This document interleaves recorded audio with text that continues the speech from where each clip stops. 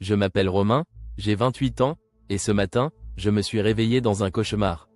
Mon appartement est sens dessus-dessous. Une odeur infecte flotte dans l'air. Les volets mal fermés laissent filtrer des cris stridents venant de la rue. Mon réveil affiche midi, mais ce n'est pas un jour comme les autres.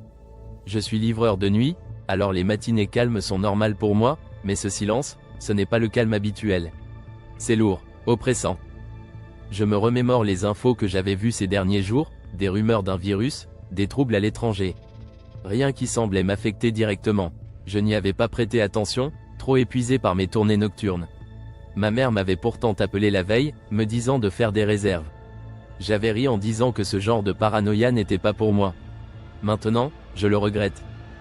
Je vis seul, dans un studio modeste. Ma dernière relation a pris fin il y a 2 mois. Mes parents habitent à 2 heures d'ici, et je n'ai aucun moyen de savoir s'ils vont bien.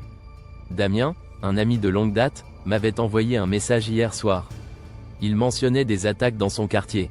Je ne lui avais pas répondu. Maintenant, je m'en veux.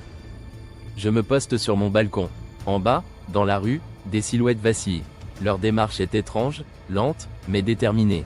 Un hurlement perce le silence. Je vois un voisin se faire encercler, puis disparaître sous une masse grouillante. Ce ne sont pas des humains, ce sont des zombies. La panique m'envahit, mon corps tremble. J'essaie de me convaincre que je rêve, mais tout est trop réel. Je regarde autour de moi, pas d'armes, pas de plan. J'ai quelques boîtes de conserve, une bouteille d'eau, mais rien qui pourrait me préparer à affronter une invasion de morts vivants. Je saisis mon téléphone et compose le numéro de ma mère. Aucun réseau. J'essaie Damien. Rien non plus. Je laisse un message vocal. Si tu reçois ça, rappelle-moi. Je crois qu'il se passe quelque chose de grave. Je me sens seul, complètement coupé du monde. Dans ma cuisine, mon regard tombe sur un magnet que mon père avait rapporté d'un voyage. Avant de mourir, il me disait souvent, « La peur te tue plus vite que le danger ». Ces mots me reviennent en tête. Je me force à respirer lentement, à penser rationnellement. Je ne peux pas rester ici. Mon appartement est trop exposé. Je décide de partir. Je prends un sac à dos, y glisse un couteau de cuisine, quelques boîtes de conserve, et ma bouteille d'eau. Je ne sais pas où aller, mais rester ici serait suicidaire. Avant de partir, je barricade ma porte avec des chaises. Je laisse un mot, parti chercher de l'aide. Je jette un dernier regard à mon appartement, mon refuge pendant des années. Puis je me dirige vers la sortie. Dans le couloir, Pierre, mon voisin de palier, ouvre timidement sa porte. Il me supplie de rester, on est plus fort à 2. Mais je vois la peur dans ses yeux. Il n'est pas prêt. Je lui souhaite bonne chance et descends les escaliers. Au rez-de-chaussée, un zombie erre près de l'entrée. Son grognement sourd me glace le sang. Je me cache derrière la rambarde, retenant ma respiration. Après ce qui me semble une éternité, il s'éloigne. Je sors en courant. Dans la loge du gardien, je trouve une note griffonnée, « Virus inconnu ». Les morts reviennent. Elle mentionne un plan d'évacuation municipal.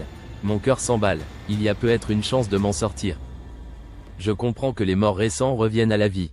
C'est pire que je ne l'imaginais. Mais cette note me donne un but, trouver le point d'évacuation le plus proche. Plutôt que de rejoindre Damien, trop loin et sans garantie qu'il soit encore en vie, je choisis de viser le point d'évacuation mentionné dans la note du gardien. Ce plan me semble plus concret, mais le chemin est semé d'embûches. Les rues grouillent de zombies, et chaque mouvement pourrait attirer leur attention. Mon cœur bat à tout rompre alors que je serre mon couteau. Je décide de suivre les ruelles étroites pour éviter les grandes artères, espérant que ces créatures soient trop lentes pour me suivre si je dois courir. Chaque pas que je fais me rapproche de mon objectif, mais mes pensées vagabondent. Je pense à ma mère. Elle vit seule dans un petit village isolé, loin de la ville et peut être à l'abri. L'idée qu'elle puisse être en danger m'est insupportable. Tiens bon, maman, j'arrive. Cette promesse silencieuse devient mon moteur. Je me dis que si je survis à cette journée, je ferai tout pour la retrouver. Damien, quant à lui, reste une énigme. J'espère qu'il a trouvé un refuge. Alors que je longe une rue déserte, je tombe nez à nez avec une scène glaçante, un zombie portant l'uniforme de mon ancien patron. Il titube, grognant de manière inhumaine. Je suis paralysé par les souvenirs. Cet homme, que j'avais toujours vu comme fort et autoritaire, est maintenant une coquille vide. Je revois l'enterrement auquel j'avais assisté il y a 1 mois, il était mort d'une crise cardiaque, et maintenant il est là, devant moi, transformé en monstre. J'ai envie de vomir, mais je me force à me concentrer. Je me cache, priant pour qu'il ne me remarque pas. J'arrive enfin près du point d'évacuation. De loin, j'aperçois des barricades et des survivants armés, mais le chaos règne. Des cris et des coups de feu retentissent. Les zombies affluent par dizaines, et les barricades semblent sur le point de céder.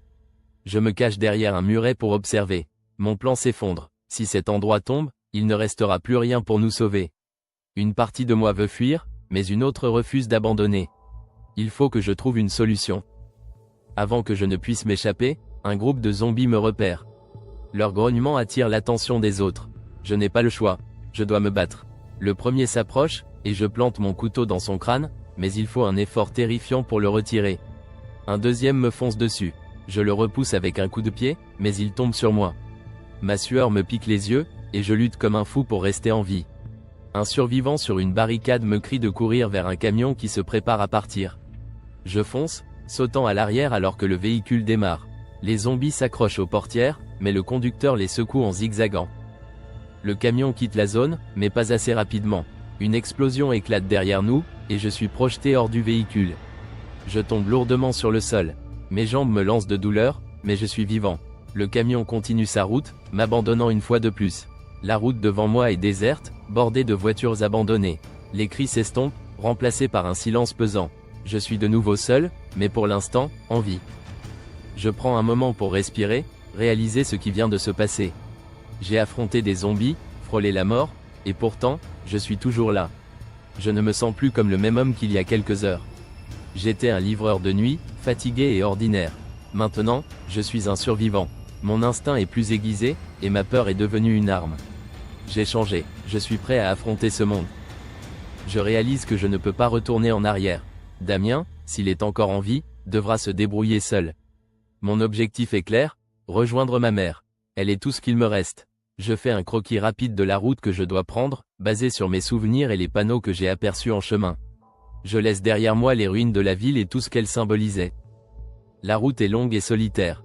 Je passe devant des campements de fortune abandonnés, des carcasses de voitures, et des débris qui racontent l'histoire de ceux qui n'ont pas survécu. Quelques zombies errent, mais je les évite ou les neutralise discrètement. Cette vie est devenue ma nouvelle réalité, un état d'alerte permanent, une vigilance de chaque instant. Chaque bruit me fait sursauter, chaque ombre est une menace potentielle. Je m'adapte. Au loin, j'aperçois une fumée qui s'élève dans le ciel. Un feu de camp, peut-être d'autres survivants. Cette vision me redonne un peu d'espoir. Il y a encore une humanité qui résiste. Je décide de m'approcher prudemment, prêt à me cacher si nécessaire. Mon couteau toujours dans ma main, je me promets de ne pas reproduire mes erreurs passées. Ce feu est un signe, je ne suis pas seul. Je trouve un vieux carnet dans mon sac, un vestige d'une époque où j'avais des rêves et des projets. Je griffonne une phrase simple, je me suis réveillé dans ce cauchemar, mais je le survivrai. Je lève les yeux vers la route qui s'étend devant moi. Le soleil se lève à l'horizon, baignant tout d'une lumière douce. Malgré tout ce que j'ai vu, malgré les horreurs, je me sens vivant. Je range le carnet et reprends ma marche. Le monde est en ruine, mais tant que je respire, il reste un espoir.